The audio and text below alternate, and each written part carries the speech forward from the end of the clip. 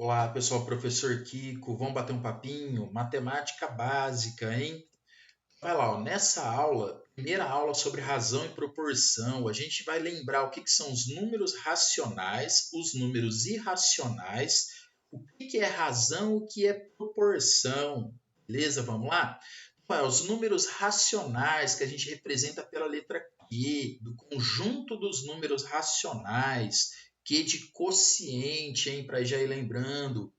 A definição: números racionais são aqueles números que podem ser escritos na forma A sobre B, em que o A e o B são números inteiros e o B é um número diferente de zero.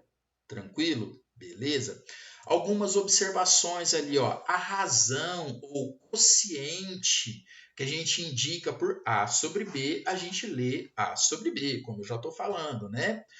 Isso daí, então, indica uma divisão, pessoal. Sempre que a gente fala razão ou quociente, a gente está falando de uma divisão. Então, quando eu pego ali, ó, A sobre B, eu estou pegando aquele númerozinho A e dividindo pelo númerozinho B.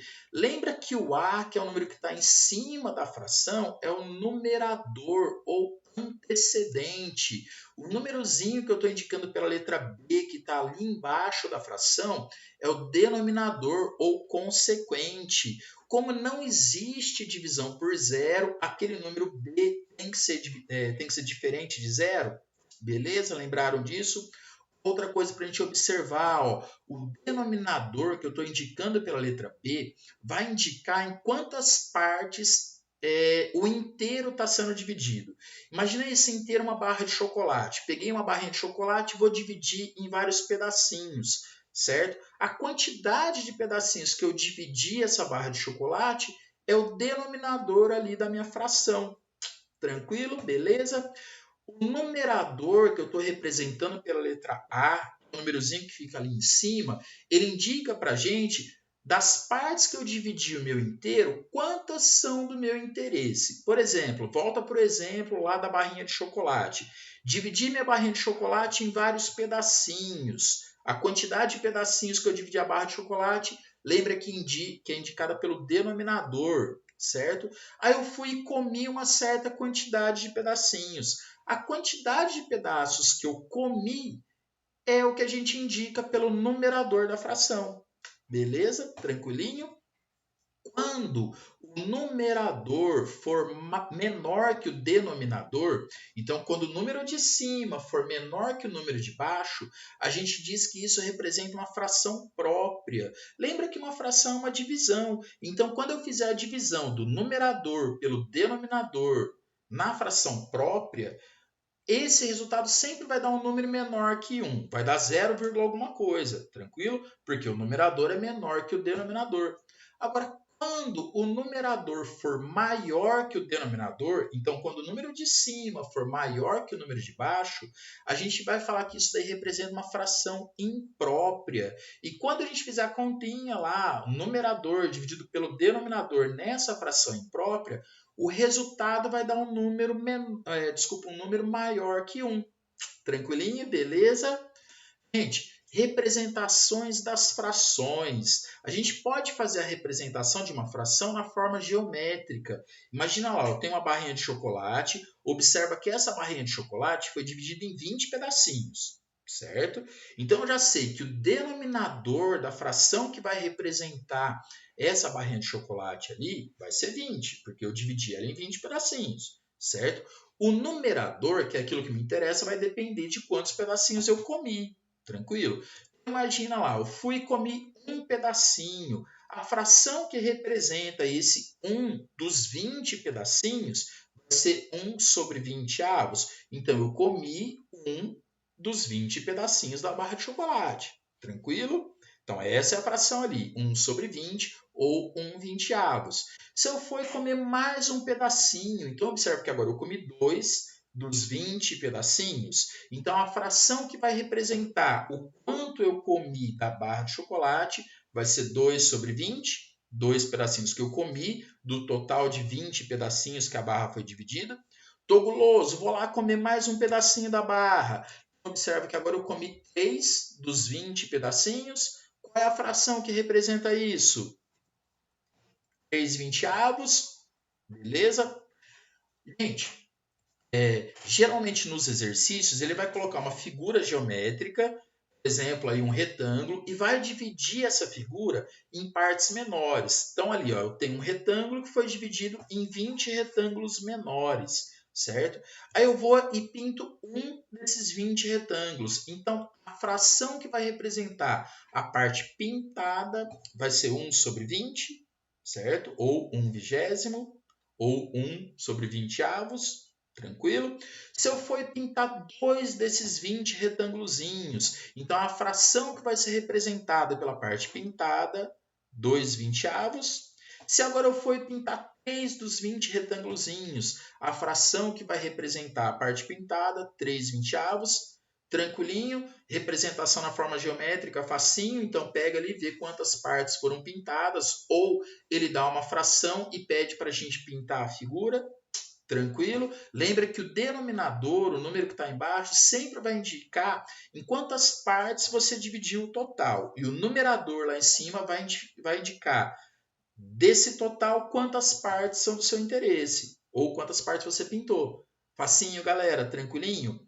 Forma decimal. Ó. Lembra que uma fração é uma divisão. O numerador dividido pelo denominador. O cara que está em cima dividido pelo cara que está embaixo. Certo? Então vai lá, ó, na barrinha de chocolate foi dividido em 20 pedaços. Desses 20 pedaços, eu fui e comi um, certo? Então a fração que representa isso, 1/20. O número decimal que vai representar essa fração é a continha de 1 dividido por 20. Então vai lá e faz a conta, pausa o vídeo e faz a conta. Quando vocês fizeram a conta, 1 dividido por 20 deu 0,05. Tranquilinho? Então, esse número 0,05 é a forma decimal da fração 1/20. Tranquilo? Vamos ver se entendeu. Ó. Comi 2 pedacinhos da barra de chocolate agora. A fração que representa isso, 2/20, 2/20, que é 2 dividido por 20. Pausa o vídeo e faz a continha. Quanto que é 2 dividido por 20? Fez? Eu vou fazer provavelmente de um jeito diferente. Olha, eu vou lembrar o que são frações equivalentes. Como eu observei ali que o numerador 2 é par e o denominador 20 também é par, eu percebo que dá para simplificar isso, dá para dividir numerador e denominador por 2. É isso que eu vou fazer. Ó. Então, eu vou dividir, eu vou simplificar essa fração por 2. Então, numerador 2 lá de cima dividido por 2 fica 1. O denominador, o número que está lá embaixo, 20 dividido por 2 fica 10. Então, eu cheguei numa outra fração, ó, 1/10, equivalente à fração 2/20. Tranquilo? Quando eu fizer a continha, 1 dividido por 10, 0,1. Tranquilo? Se eu fui lá, gulosão, comi 3 dos 20 pedacinhos da barra de chocolate. A fração que representa isso, 3/20, certo? Faz a continha. Quanto que é 3 dividido por 20? Pausa o vídeo aí. Fez? Bom, de novo, vou lembrar o que são frações equivalentes. Ó. Agora eu quero multiplicar o numerador e o denominador por 5.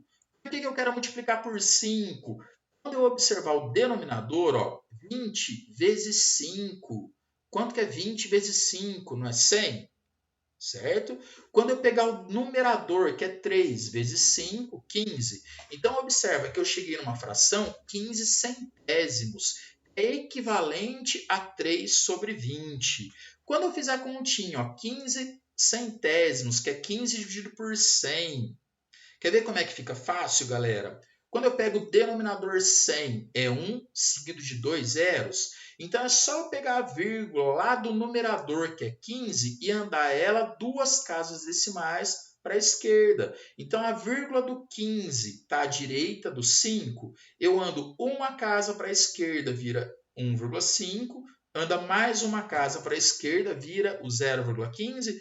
é o mesmo resultado de 3 dividido por 20, não é? Então, observa que quando o denominador for 10, 100, 1000, 10.000 e assim por diante, fica fácil da gente fazer a conta, porque é só eu pegar a vírgula do numerador e andar para a esquerda a quantidade de zeros que aparecer no denominador. Tranquilo, facinho. Lembrou então o que são frações equivalentes? Como que eu divido por 10, por 100, por 1000 e assim vai, bem mais rápido, certo? Outra forma da gente representar uma fração, ó, é na reta numérica, certo? Vou lá colocar uma reta numérica que eu vou representar pela letra Q, para representar todos os números racionais. Eu vou dividir essa reta em segmentos do mesmo tamanho, em vários pedacinhos do mesmo tamanho. Cada pedacinho vai estar indicando uma medida unitária, medida valendo 1, certo? E aí, para cada uma dessas marcações, eu vou representar os números naturais, ou os números inteiros. Então, eu vou ter 0, 1, 2, 3 e assim sucessivamente. Tranquilo? Vamos supor que eu queira representar a fração 1 sobre 2, que é 1 dividido por 2, que é meio, né? Quando eu observar ali, ó, entre o 0 e 1, eu vou dividir em duas partes iguais. Essa fração 1 sobre 2, que é o 0,5, que é meio, vai estar exatamente no meio, exatamente entre o 0 e o 1, não é mesmo? Se eu pegar uma outra fração, ó, 1/10, eu vou pegar aquele pedacinho entre o 0 e o 1, vou dividir em 10 partes iguais. Cada uma dessas partes vai estar representando a fração 1/10 ou o 0,1. Então, ali eu vou lá na reta numérica e marco. Imaginei ali entre o 0 e o 1, 10 pedacinhos do mesmo tamanho. Aquele risquinho que eu fiz ali em amarelo ia estar representando a fração 1/10. Tranquilo? Facinho? Gente, dízimas periódicas. Vamos lembrar o que são dízimas periódicas. Ó, vou colocar alguns exemplos aqui para a gente lembrar. Tá? Se eu pegar ali a fração 1/3, lembra que eu vou ter que dividir 1 por 3. Pausa o vídeo e faz a continha. Quanto que é 1 dividido por 3? Chegou no 0,33333. Pô, Kikão, não acaba nunca. Não, não acaba nunca. Esse 3 vai ficar se repetindo. Isso é uma dízima periódica, certo? Observa que o algarismo que está repetindo ali é o que a gente fala que é o período da dízima. Então, o período dessa dízima, 0,3333333, é 3, certo? Vamos pegar uma outra fração, ó, 1/9. Pega 1 e divide por 9. Pausa o vídeo e faz a continha. Quanto que é 1 dividido por 9? 0,1. De novo, que não acaba nunca. Não vai acabar nunca. Observa que esse 1 vai ficar se repetindo para sempre. Então, o período dessa dízima é 1, aquele algarismo que está se repetindo. Tranquilo? Outro exemplo, ó, 8/9. Pausa o vídeo e faz 8 dividido por 9. Quanto deu? 0,88888, vê que esse 8 vai ficar se repetindo, então o período dessa dízima é 8. Continuando lá, ó, 13 sobre 99, 13/99 avos. Quando eu fizer a conta 13 dividido por 99, vai dar 0,13131313. Qual é o período dessa dízima? O que está se repetindo aí? 13, tranquilinho. Se eu pegar agora uma outra fração, ó, 137 sobre 999, que é 137 dividido por 999, dá 0,137137. Observa que está se repetindo. O que está se repetindo? Isso, então o período dessa dízima é 137, tranquilo? Pessoal, observa que todas essas frações que eu peguei aí são frações próprias. O numerador é menor que o denominador. Percebeu que tudo deu 0, alguma coisa? E percebeu também que a gente não conseguiu chegar no final, ficou sempre alguma coisa repetindo? Beleza? Então, dízima periódica é isso. Vou pegar um outro exemplo, ó, 14/3. Quanto que é 14 dividido por 3? Pausa, faz a conta. 4,6666666. O que está se repetindo aí? Não é o 6? Então, qual é o período dessa dízima? 6, tranquilo? Observa que essa última fração que eu coloquei já é uma fração imprópria. O numerador é maior que o denominador. Percebe que o resultado da conta, esse número decimal que a gente obteve quando fez a divisão, deu um número maior que 1, tranquilinho? Pessoal, olha aquelas frações ali, 1/3, 1/9, 8/9, 13/99, 137/999. Olha o resultado na forma decimal. Vê se vocês conseguem chegar em algum padrão. Será que você consegue descobrir qual é a fração que gera essa dízima que eu coloquei aí? 0,282828282828. Será? Tenta fazer, vê se você consegue descobrir que fração que gera essa dízima. Pessoal, outra coisa para a gente notar aí, ó. Toda dízima periódica é um número racional, porque observa que a dízima periódica ela veio de uma fração, certo? E lembra que um número racional é um número que pode ser escrito na forma de fração, tranquilo? Aí a gente chega agora nos números irracionais. Então, um número irracional é um número que não pode ser escrito na forma de fração. Então, eu não consigo escrever esse número irracional naquela forma A sobre B, certo? A representação decimal desse número irracional ela é infinita e não é periódica, então não vai ficar se repetindo. Tranquilo? Exemplo aqui, ó. Se eu pegar a raiz quadrada de 2, eu sei que a raiz quadrada de 2 está entre 1 e 2, certo? Porque se eu fizer 1 elevado ao quadrado é 1, 2 elevado ao quadrado é 4. Lembra que a raiz quadrada de um número é um número que, quando elevar ao quadrado, vai dar o que está lá dentro da raiz, né? Um número vezes ele mesmo, que tem que ser o que está lá dentro da raiz. Quando a gente vai tentar calcular a raiz quadrada de 2, então, eu vou lá, começo a fazer várias aproximações, pego minha calculadora e não vai chegar num resultado final. Vê que ali, ó, na calculadora que eu usei, raiz quadrada de 2, deu aproximadamente 1,41412135562. Observa que não repetiu ali, certo? Então foi uma coisa infinita, mas não periódica. Então, isso é um número irracional. Se eu pegar ali a raiz quadrada de 2, a gente aproxima para 1,4. Tranquilo? Raiz quadrada de 3, mesma situação, é um número irracional. Se eu for lá e colocar na calculadora, para ela calcular a raiz quadrada de 3, vai chegar num valor aproximado ali de 1,7. Dependendo da calculadora, vai aparecer mais casas decimais ali, mais algarismos depois do 7, certo? Se eu pegar a raiz quadrada de 5, mesma coisa, aproximadamente 2,2, mas a gente não sabe exatamente quanto vale. Depois daquele segundo 2, aparece mais um monte de algarismo e não vai repetir, certo? O número π, aproximadamente 3,14. Se a gente colocar um super mega power computador para calcular o valor do π, ele vai ficar calculando durante dias, semanas ali e não vai chegar num valor final, certo? A gente não vai perceber uma repetição nos algarismos que aparecem ali após o 4. Tranquilo? É bacana pesquisar a história do número π, da onde vem isso, do comprimento da circunferência, o diâmetro ali, vale a pena. Tem um número que é legal, um filme que é bacana vocês verem também, As Aventuras de Pi, bacana, vale a pena ver, certo? Tranquilinho, que é um número irracional, então, que eu não consigo escrever na forma de uma fração, ou que na forma decimal vai aparecer um número infinito que não tem repetição, certo? Pessoal, o que é a tal da razão? Olha, quando eu falo lá, a razão entre números A e B é a divisão, é o quociente entre os números A e B. Ou seja, uma fração é uma razão. Quando eu escrevo lá a fração ou a razão de A sobre B, é o número A dividido pelo número B. Lembra que como não existe divisão por zero, o número B, que é o denominador, tem que ser diferente de zero. Tranquilo? Vamos pegar um exemplo ali, ó.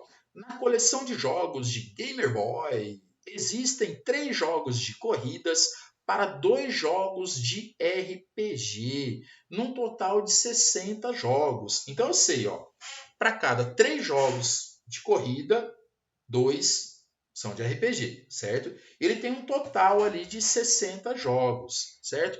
Eu posso montar várias razões ali, ó. Primeira razão que eu quero montar, a razão entre o número de jogos de corrida e os jogos de RPG, certo? Então eu vou pegar ali, ó, 3 jogos de corrida para 2 jogos de RPG, a razão que representa isso, 3 meios, a cada 3 de corrida, 2 são de RPG. Observa que eu tenho que seguir a ordem, hein? Se eu tivesse invertido ali, ó, a razão entre o número de jogos de RPG para o de corrida seria 2/3, certo? Outra razão ali para montar, ó, a razão entre o número de jogos de corrida e o total de jogos. Pessoal, lembra, para cada 3 jogos de corrida, 2 são de RPG. Então, quando eu pegar o total, 3 jogos de corrida com 2 jogos de RPG, vai dar 5. Desses 5 jogos, quantos são de corrida? 3. Então, a fração que representa isso aí, 3/5, certo? Se eu tomar agora a razão entre o número de jogos de RPG e o total de jogos, o raciocínio é o mesmo, ó. 3 jogos de corrida para 2 jogos de RPG. Para cada 3 de corrida, ele tem 2 de RPG, totalizando 5 jogos, certo? Então, para cada 5 jogos, quantos são de RPG? 2. Então, a razão ali entre o número de jogos de RPG e o total de jogos, 2/5. Beleza? Tranquilinho? Proporção, galera. Proporção direta e proporção inversa existe, tá? Lembra, ó, proporção direta são grandezas diretamente proporcionais. As duas aumentam na mesma proporção. A definição disso, ó, dados os números reais não nulos, azinho, azão, bezinho e bezão, dizemos que eles são diretamente proporcionais nessa ordem, quando a razão azinho dividido por azão é igual à razão bezinho dividido por bezão. Matematicamente, ó, azinho dividido por azão é igual a bezinho dividido por bezão, certo? Pega isso e multiplica em cross. Ó. Quando eu multiplicar em cross, vai ficar azinho vezes bezão, tem que ser igual a azão vezes bezinho, certo? Ou azinho vezes bezão é igual a bezinho vezes azão. Tranquilo? Vamos pegar um exemplo para ficar mais fácil aí, tá, galera? O exemplo ali, ó. Um carro faz uma viagem cuja distância é de 500 quilômetros em um intervalo de tempo de 5 horas. Se ele manter a velocidade constante, qual será a distância que ele irá percorrer em 8 horas? Então, imagina, ó, ele anda 500 quilômetros e demorou 5 horas para fazer isso. Então, em média, quantos quilômetros ele anda a cada 1 hora? Conseguiu perceber? Se eu descobrir quantos quilômetros ele anda em 1 hora, eu consigo descobrir quantos quilômetros ele vai andar nas 8 horas, já que a velocidade não vai mudar. Beleza? Vamos mostrar isso daí. Ó. Eu vou montar uma tabelinha, vou colocar a distância em quilômetros e o tempo em horas. Então, lá do enunciado, ele disse para a gente, ó, ele vai percorrer 500 quilômetros em 5 horas. Aí ele está perguntando quantos quilômetros ele vai andar em 8 horas. Gente, quanto mais tempo ele ficar andando no carro, quanto mais tempo demorar a viagem, a distância que ele vai percorrer vai aumentar ou vai diminuir? Não vai aumentar. Então, quanto maior for o tempo de viagem, maior vai ser a distância percorrida. Então, são grandezas diretamente proporcionais. Faz o cruz credo, multiplica em cross ali. Então, eu vou fazer 500 vezes 8 tem que ser igual a x vezes 5. Ou x vezes 5 é igual a 500 vezes 8. Quanto é 500 vezes 8? 5 vezes 8, 40. Com 2 zeros do 500, 4.000. Vai ficar x vezes 5 é igual a 4.000. Divide por 5 os dois membros da equação. Ou pega aquele 5 que está multiplicando x, passa para a direita dividindo. Troca de casa, troca de roupa, lembra? Vai ficar x é igual a 4.000 dividido por 5. 40 dividido por 5, 8. Com mais dois zerinhos do 4.000, 800. Então, a distância que ele vai percorrer ali nessas 8 horas de viagem, 800 quilômetros, facinho. Se eu já tivesse percebido, ó, 500 quilômetros em 5 horas. Então, em média, ele vai andar 100 quilômetros a cada 1 hora. Então, em 8 horas, ele anda 800 quilômetros. Facinho, tranquilinho. Agora a gente vai ver a proporção inversa, grandezas inversamente proporcionais. Quando uma aumenta, a outra diminui. Então a definição ali, ó, dados os números reais não nulos, azinho, azão, bezinho e bezão, dizemos que eles são inversamente proporcionais nessa ordem, quando o produto azinho vezes azão é igual ao produto bezinho vezes bezão, matematicamente lá, azinho vezes azão é igual a bezinho vezes bezão.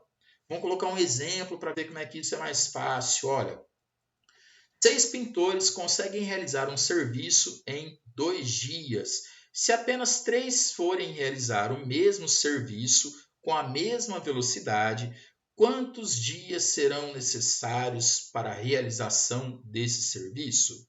Pessoal, observa lá o seguinte, ó. Se eu for imaginar, quanto mais pintor, menos tempo para fazer o trabalho, não é? Então, se aumentar a quantidade de pintor, diminui o tempo para fazer o trabalho.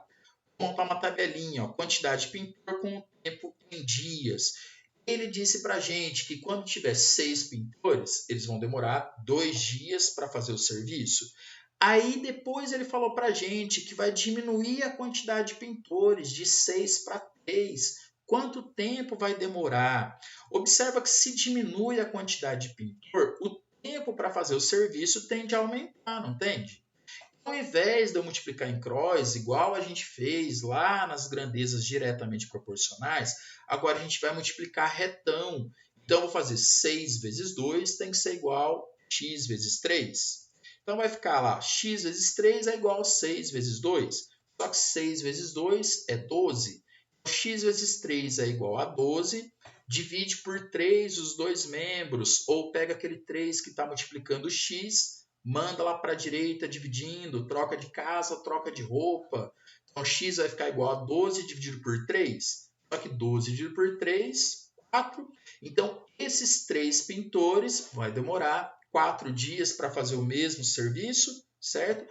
Gente, é óbvio, né? Se diminuiu a quantidade de pintor pela metade, o tempo para realizar o trabalho vai ter que dobrar, certo? Grandezas inversamente proporcionais, tranquilinho. Pessoal, qualquer dúvida, volta a ver o vídeo, dá uma olhadinha de novo, beleza? Valeu, brigadão. Au!